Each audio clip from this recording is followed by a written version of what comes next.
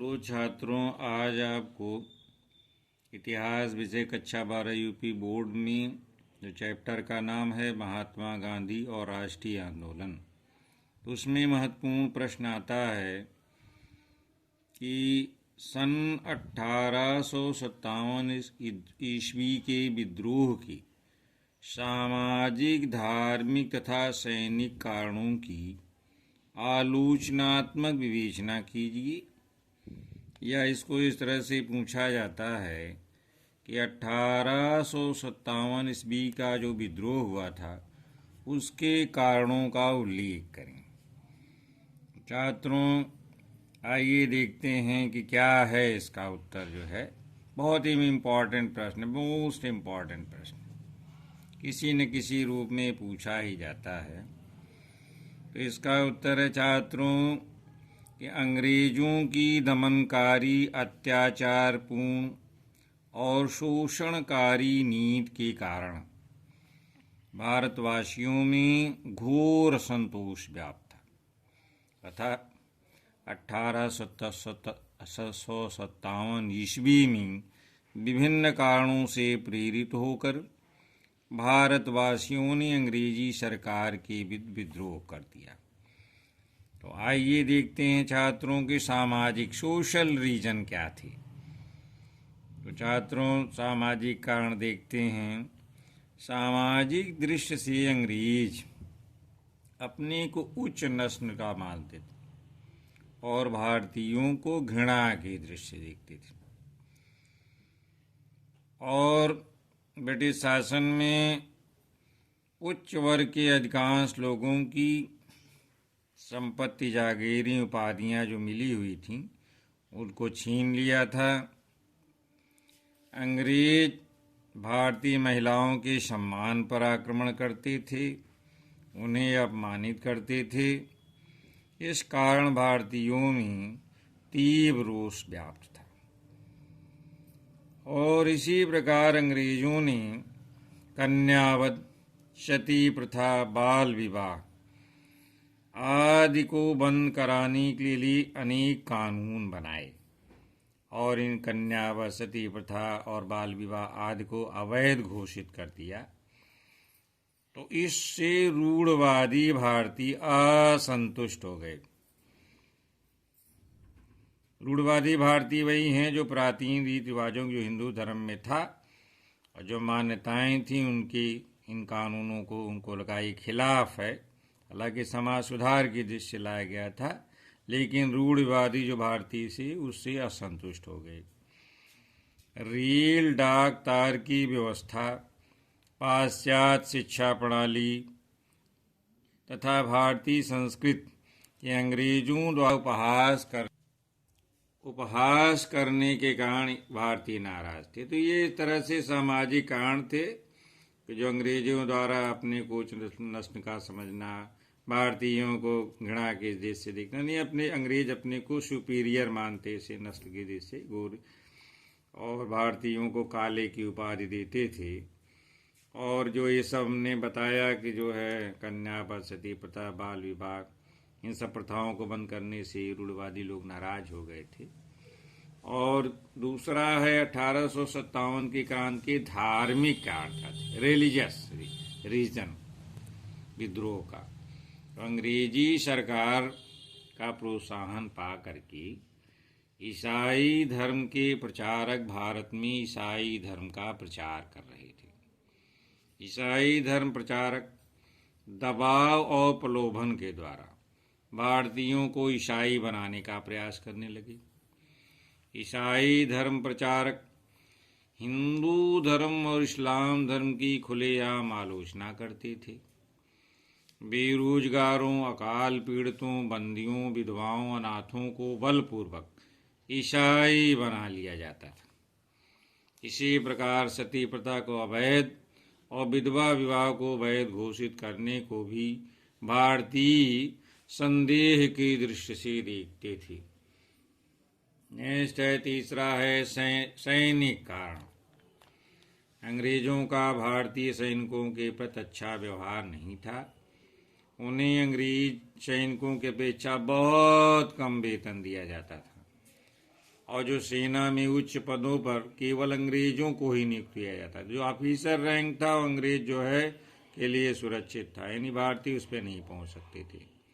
1856 ईस्वी में अंग्रेजों ने अवध महत्वपूर्ण प्रांत था, जिसको कुशासन का आरोप लगाकर ब्रिटिश साम्राज्य में शामिल कर लिया गया था। इससे बंगाल की सेना में तीव्र आक्रोश उत्पन्न हुआ, क्योंकि बंगाल की सेना में 60% सैनिक ये अवध क्षेत्र से थे और उत्तर पश्चिमी प्रांतों से थे।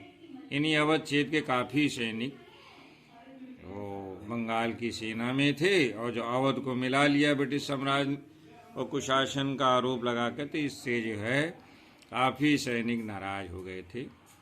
अवध की ब्रिटिश में विलय के परिणाम स्वरूप ये भी हुआ कि 60,000 सैनिक बेरोजगार हो गए। अतः उनमें भी अंग्रेजों के विरुद्ध आक्रोश था। इसके अलावा अंग्रेजों द्वारा भारतीय सैनिकों को पर्याप्त सुविधाएं नहीं दी जाती थी। उन्हें बिना किसी भत्ते की दूर दूर स्थानों पर भेज दिया जाता था। उनके लिए पदोन्नत यानी नौकरी में प्रमोशन के अवसर भी नहीं थे। इसी कारण भारतीय सैनिकों ने कई बार विद्रोह किया था। आर्थिक रीजन क्या है? आर्थिक कारण, अंग्रेजों ने भारतीयों का अत्यधिक आर्थिक शोषण किया। अंग्रेजों की स्वार्थपूर्ण आर्थिक नीति के कारण भारत के उद्योग और व्यापार नष्ट हो गए। अंग्रेजों ने अपने आर्थिक हितों की पूर्ति के लिए भारत का विपुल धन इंग्लैंड पहुंचाया। इससे भारत में पूंजी का अभाव हो गया और भारतीय उद्योग धंधे भी नष्ट हो गए थे और भारतीय कृषि और व्यापार चौपट हो गए। और दोषपूर्ण कर व्यवस्था यानी टैक्स लेने की जो व्यवस्था थी, अंग्रेजों की आर्थिक नीति से जमींदारों में भी असंतोष था। अतः भारतवासी अंग्रेजों की इस नीति से असंतुष्ट थे और ब्रिटिश शासन से छुटकारा पाने चाहते थे। नेक्स्ट है राजनीतिक कारण, यानी पॉलिटिकल रीजन क्या था 1857 के विद्रोह का। लॉर्ड डलहौजी का नाम छात्रों ने सुना होगा। लॉर्ड डलहौजी की हड़प नीति और साम्राज्यवादी था। किन प्रकार इन राज्यों को अपने ब्रिटिश साम्राज्य में शामिल करना चाहता था। तो लॉर्ड डलहौजी की साम्राज्यवादी नीति 1857 की विद्रोह का प्रमुख कारण था। उसकी देशी राज्यों के प्रतापहरण की नीति, ये डॉक्ट्रिन ऑफ लैप्स, व्यपगत का सिद्धांत भी कहते हैं इसे। तो इसमें उसने सभी राज्यों में बड़ा असंतोष उत्पन्न हुआ। उसने गोद लेने की नीति का निषेध करके, यानी जिस राजा के कोई संतान नहीं होती थी और उसको जो है अगर राजा गोद लेता था तो इसकी जो है मनाही कर दी गई। और सतारा, नागपुर, झांसी, जैतपुर, संबलपुर, बघार, उदयपुर आदि देशी राज्यों को अंग्रेजी साम्राज्य में मिला लिया गया, जिससे भारतीय नरेशों में तीव्र आक्रोश उत्पन्न हुआ। 1856 ईस्वी में अवध के नवाब को अपदस्थ कर दिया गया। अवध राज्य को ब्रिटिश राज में मिला लिया गया। अवध की जनता ने अंग्रेजों की इस अन्यायपूर्ण घोर कार्रवाई का घोर विरोध किया। इस तरह अवध का जो विलय भी 1857 की क्रांति का कारण बना। इसी तरह नाना साहब की पेंशन बंद करना और मुगल सम्राट बहादुर शाह जफर के प्रति अपमानजनक व्यवहार, अंग्रेजों की भ्रष्ट तथा पक्षपातपूर्ण न्याय व्यवस्था और प्रशासन में केवल अंग्रेजों का बोलबाला ये 1857 की क्रांति के कारण बनी। अब देखते हैं छात्रों की इमीडिएट रीजन क्या था, यानी शुरुआत क्यों हो गई। ये तो इतने कारण पहले से मौजूद थे, बट तात्कालिक कारण ये होता है घटना क्यों शुरू हुई अचानक। 1856 ईस्वी में भारतीय सैनिकों को एनफील्ड नामक नई राइफलें दी गई। कौन सी राइफल दी गई थी? एनफील्ड। इन राइफलों को उपयोग किए जाने वाले कारतूसों के संबंध में ये अफवाह फैला दी गई, इसमें गाय और सुअर की चर्बी लगी हुई है। इन कारतूसों को राइफल में भरने से पहले मुंह से खोलना पड़ता था। बाद में ये जांच में अफवाह सच पाई गई थी।